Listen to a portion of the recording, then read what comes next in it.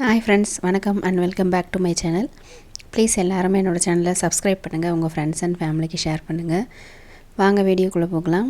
Part time job தேடிட்டுருக்கிற college student, house wife யாராக இருந்தாலும் கீழே டிஸ்கிரிப்ஷனில் இருக்க நம்பருக்கு உங்களோட நேம் அண்ட் குவாலிஃபிகேஷன் வாட்ஸ்அப் பண்ணுங்கள். இதில் எந்த மாதிரியான ஜாப் இருக்கும்னா content sharing, content publishing, affiliated marketing, இந்த மாதிரியான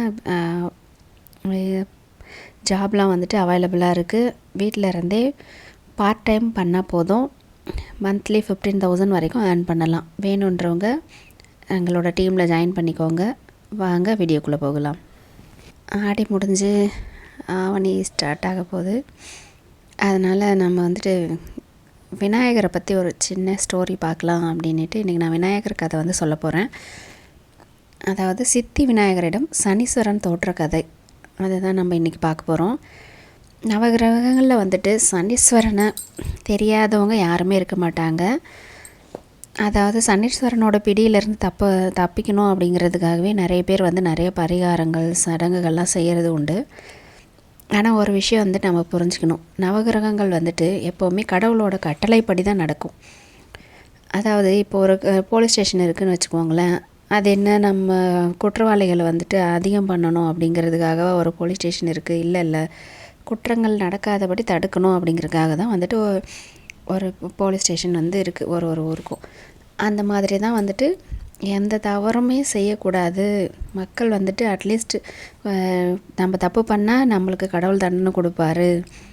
நம்ம தப்புக்கு சனீஸ்வரன் வந்துட்டு நமக்கு நம்மளுக்கு தண்டனை கொடுத்து நம்மளோட வாழ்க்கையில் ஏதாவது தீமைகள் நடக்கிறதுக்கான சான்ஸ் இருக்குது. அப்படிங்கிறதுனால தான் வந்துட்டு இந்த 9 கிரகங்களையும் அமைச்சு மனிதனை வந்துட்டு நல்வழிப்படுத்தணும் அப்படிங்கிறதுக்காக இந்த கிரகங்கள்லாம் வந்து செயல்பட்டுக்கிட்டு இருக்குது.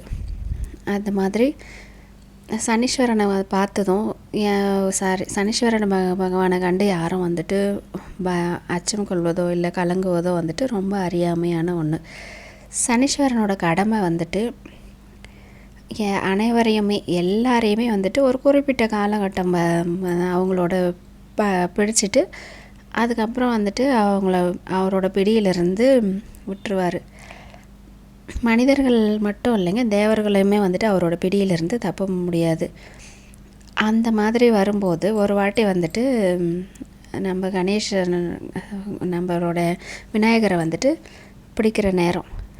அப்போ என்னாச்சுன்னா சனீஸ்வரனை பார்த்ததும் வந்துட்டு கணேசன் என்ன சொல்கிறாரு, இன்றைக்கி நான் ரொம்ப முக்கியமான வேலையில் இருக்கேன், அதனால் இன்றைக்கி போயிட்டு நாளைக்கு வந்து என்னை பற்றிக்கொள்ள அப்படின்னு சொல்லிடுறாரு.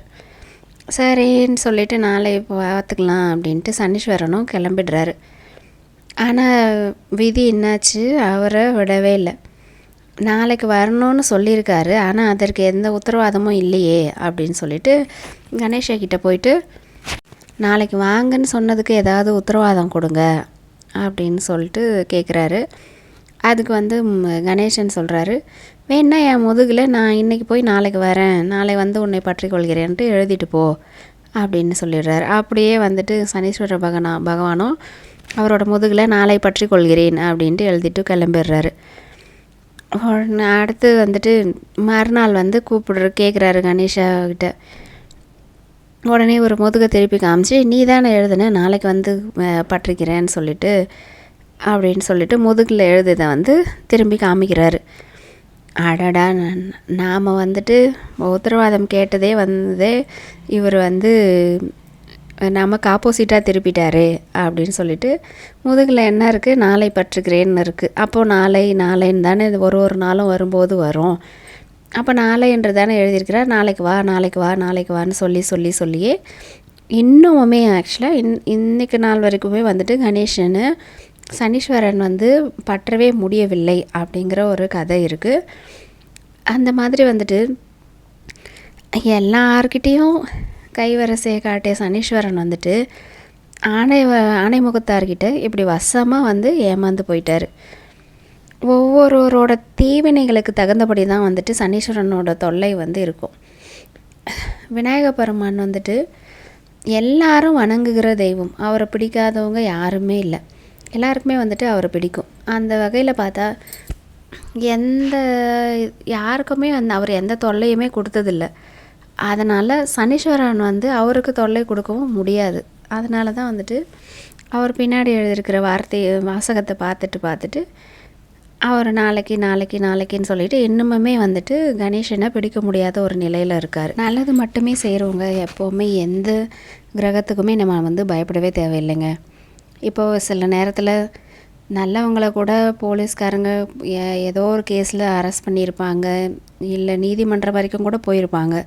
அவங்க தப்பே செய்யலைங்கிறது போது அவங்களுக்கு எந்த தண்டனையும் கிடைக்காது இல்லையா? அவங்க என்ன பண்ணுவாங்க, ரிலீஸ் பண்ணிவிடுவாங்க. அந்த மாதிரி தான் நமக்கு அந்த நேரம் சனி பிடிக்குது அப்படின்னாலுமே நாம் எந்த தப்பும் பண்ணலை, எல்லாம் நல்லது தான் பண்ணியிருக்கோம், நாம் எந்த குற்றமும் செய்யலை அப்படிங்கிற போது நாம் வந்து சனி பகவானை கண்டு அஞ்ச வேண்டியதே இல்லைங்க. எப்போவுமே எல்லாருக்கும் நல்லதே நினைப்போம், நல்லதே செய்வோம். சனி பகவானை கண்டு அஞ்ச வேண்டாம். நன்றி, வணக்கம்.